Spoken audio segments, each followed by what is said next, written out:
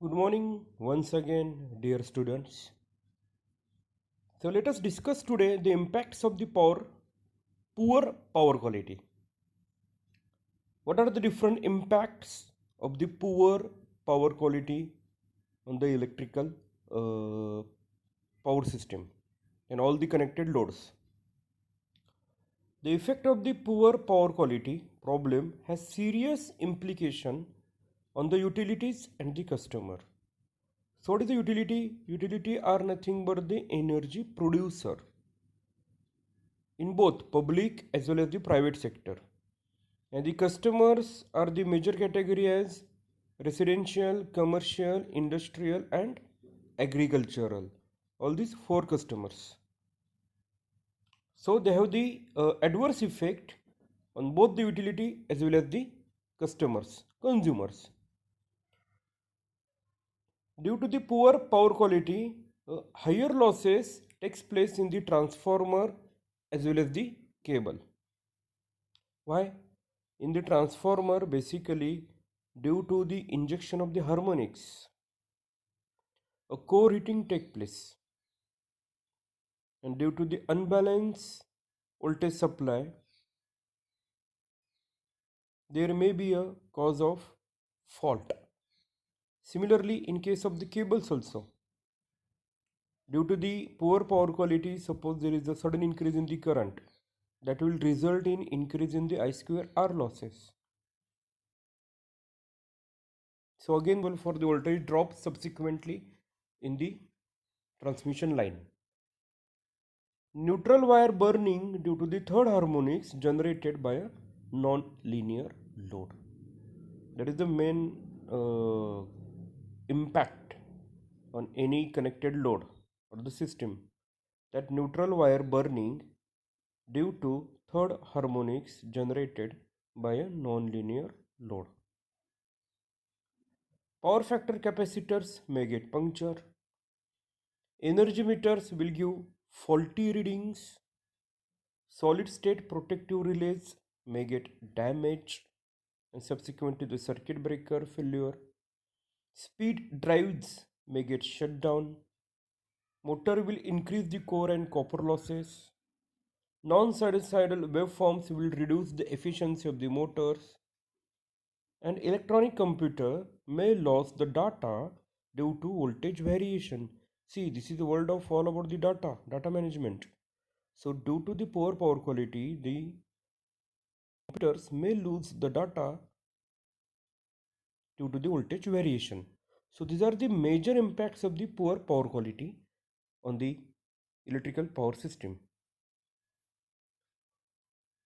How one can find out कि power quality fade is of the poor or good quality? So symptoms of the poor power quality. Electronic control system that stop unexpectedly. अचानकपणे electronic equipment, sensitive equipment got stopped working. Abnormal failure of the electronic system. Transformer overheating, motor failing, power factor capacitors failing, and test results, which are supposed to be correct, will be unreliable. So, these are the symptoms of the power quality problem. So, what are the different techniques? Let us discuss now the techniques used to mitigate the power quality problems, to, to swap out the power quality problem. So basically the filters are the most frequently used popular technique to reduce the power quality issues. So compensation techniques can be broadly classified into two main categories: passive techniques used and active techniques used. So passive techniques employs the following devices: passive shunt LC filter and power factor correction capacitors. So these two comes under the category of the passive techniques used for the power quality problem mitigation. What are the active techniques employs?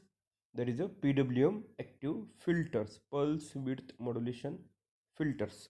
So we can say that there are three different methods to mitigate the power quality problem. There is a passive, shunt, LC filter, and power factor corrections capacitors, and PWM active filters. Some other techniques used are segregate sensitive loads on a separate branch circuit, fed from a separate panel board, fed from a separate feeders. So segregation of a sensitive load. Sensitive load will get fed from separate panel board as well as the separate feeders. Use of harmonics rated circuit breakers, panel board and transformers. Use surge and lightning protection. Oversize the phase conductors to minimize the voltage drop. How? R is equal to rho into L by A. Area will get increased, R will get decreased. So oversize the phase conductors to minimize the voltage drop and choose the material of the superior quality. So these are some of the other techniques to go ahead for the power quality problem mitigation. So what is the conclusion basically throughout all these discussions that we have carried out? The widespread applications of a non-linear powertronic load increases the power quality problem, that is a poor power quality in the electrical system. We have focused broadly on the utilities and the customers in the power system. At the same time, the sources of poor power quality and their mitigation techniques. So this is the conclusion in this discussion.